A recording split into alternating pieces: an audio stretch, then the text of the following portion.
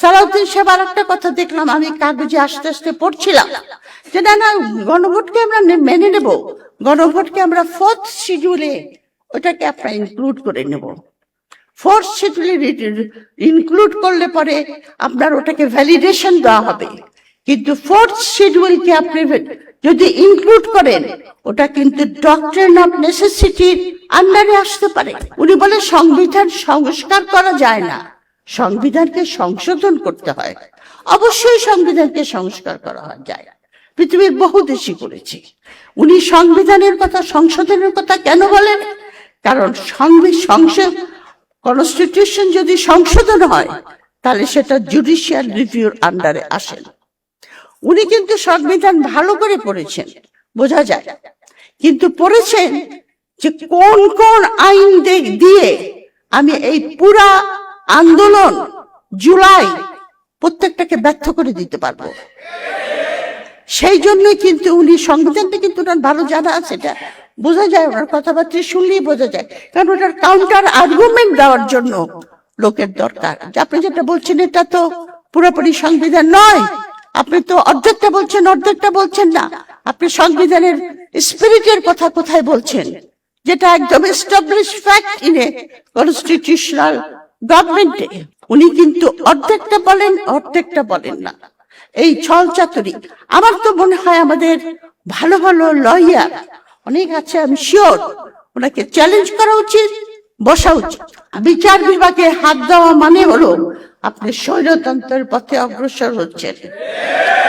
S Alam আবার চলে এসেছে। হাসিনার আমলে কি ছিল? অলিগার্কদের রাজত্ব। আমরা অলিগার্কদের পদধ্বনি দেখতে পাচ্ছি।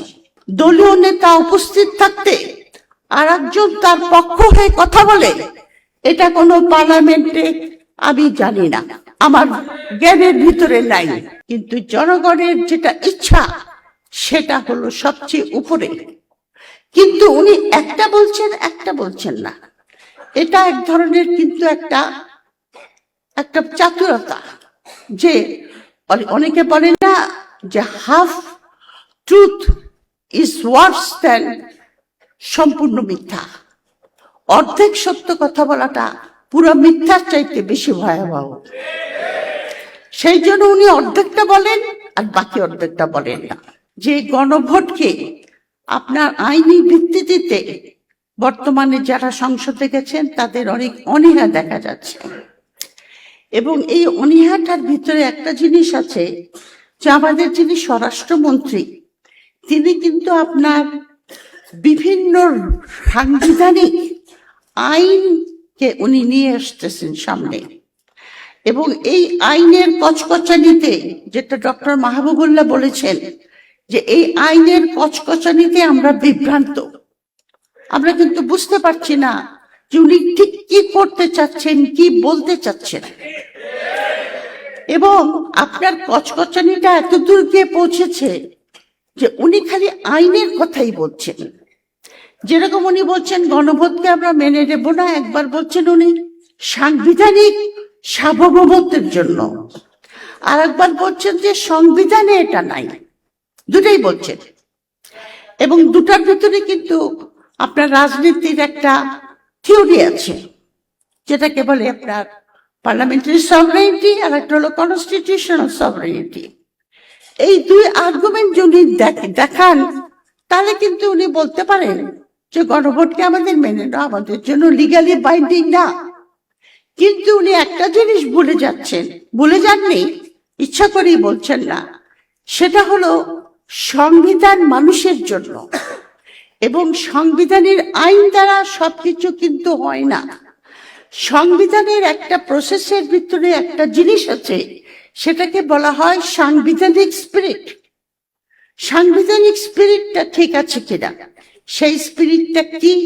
সেই স্পিরিটটা হলো জনগণের ইচ্ছার প্রকাশ, এবং জনগণ যে ইচ্ছা প্রকাশ করবে, এমনকি গ্রেট ব্রিটেন যেখানে সার্বভৌমত্ব, পার্লামেন্টের সার্বভৌমত্ব হলো সুপ্রিম, কারণ ইউকেতে কোনো লিখিত সংবিধান নাই, ওখানে কিন্তু পার্লামেন্টটি প্রথমে আপনার গঠিত হয়েছে এবং সেখান থেকে বিভিন্ন ডিটেলস আমি যাব না, কিন্তু সেখানেও কিন্তু আপনার যখন গণভোট হয়, যে 2016 সালে যে গণভোট হয়েছিল ব্রেক্সিট, সেখানে আপনার খুব সামান্য ভোটে ব্রেক্সিট থেকে বেরিয়ে যাওয়ার রায় ছিল, কিন্তু পার্লামেন্ট কিন্তু সেটা মেনে নিয়েছে, আইন পাশ করেছে যে হ্যাঁ, জনগণের ইচ্ছাকে আমাদের সর্বপ্রথম উপরে স্থান দিতে হবে।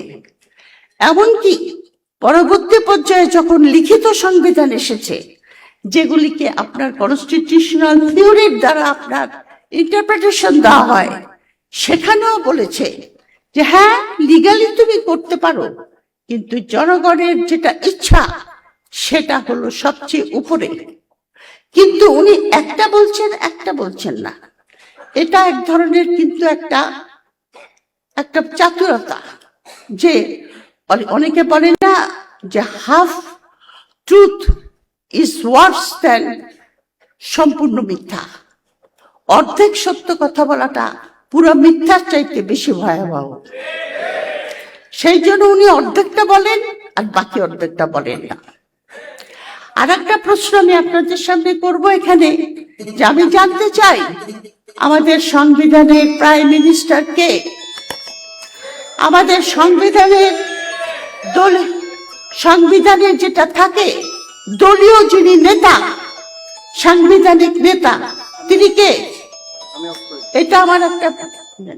এটা একটা প্রশ্ন।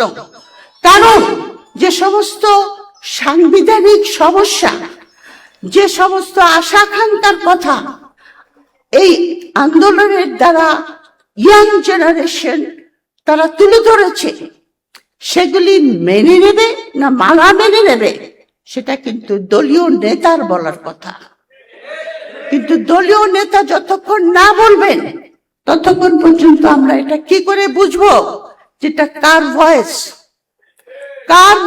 এটা কারণ দলীয় নেতা উপস্থিত থাকতে আর একজন তার পক্ষ হয়ে কথা বলে, এটা কোনো পার্লামেন্টে আমি জানি না, আমার জ্ঞানের ভিতরে নাই, যে এটা আমার ক্ষুদ্র জ্ঞানের ভিতরে আমি এটা কোনোদিন শুনি নাই, দেখি নাই।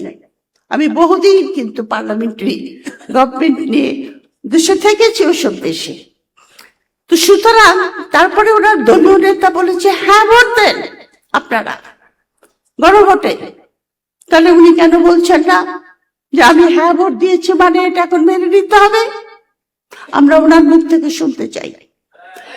আপনাদের তরফ থেকে এই কথা বলছি যে আমরা ওটা শুনতে চাই। গণভোটকে এবং জুলাই সনদকে মেনে নেওয়া মানে আপনি এই আন্দোলন, এই স্যাক্রিফাইস, এই পঙ্গুত্ব, হাজার হাজার ইয়াং ছেলের সব কিছু বৃথা যাবে এবং আমরা এটা মেনে নিতে পারবো না।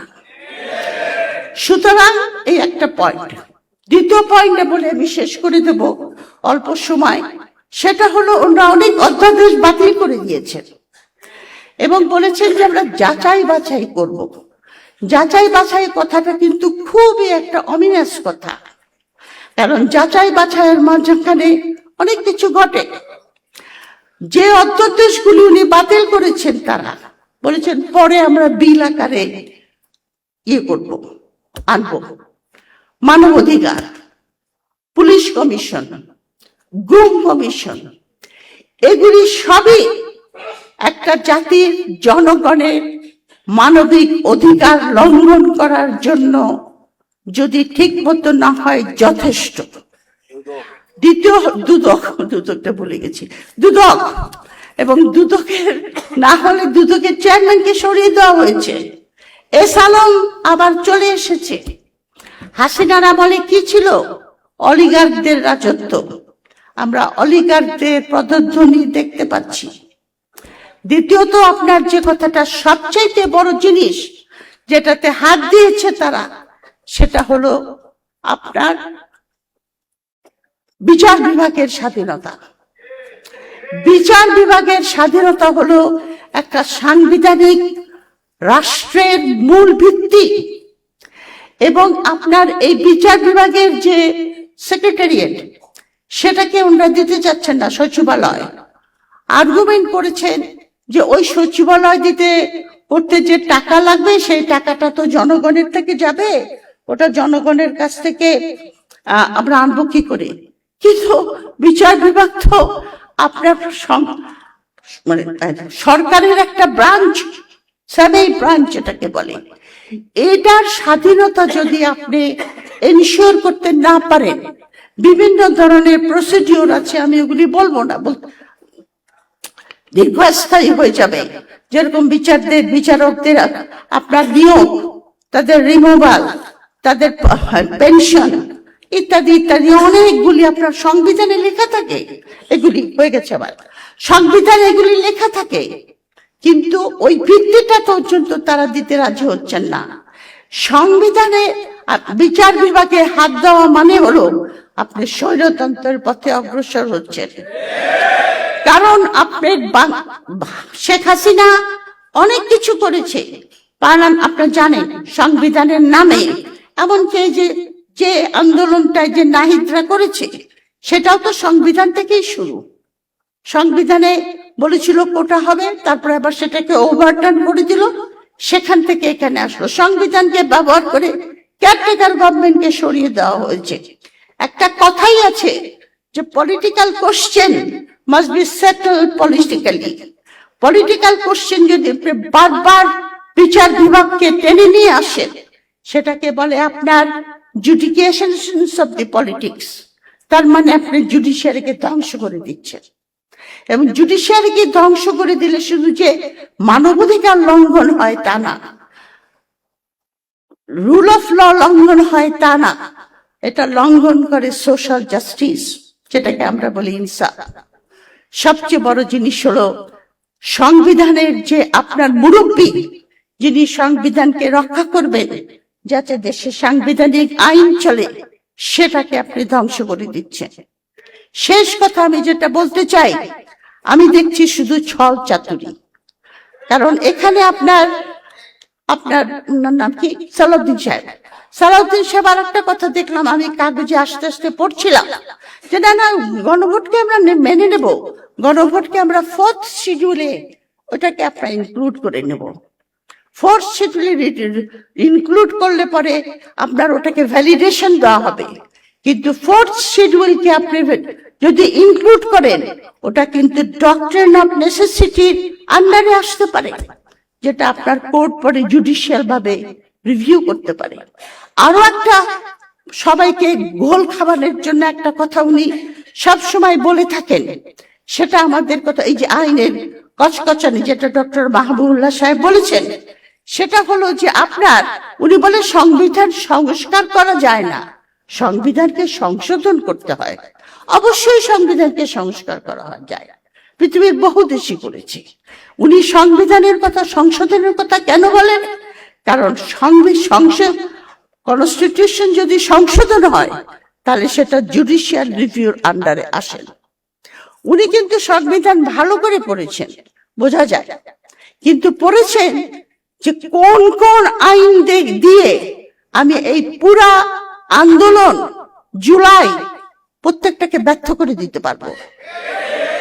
সেই জন্য কিন্তু উনি সংবিধানটা কিন্তু ভালো জানা আছে, এটা বোঝা যায়, ওনার কথাবার্তা শুনলেই বোঝা যায়। কারণ ওটার কাউন্টার আর্গুমেন্ট দেওয়ার জন্য লোকের দরকার।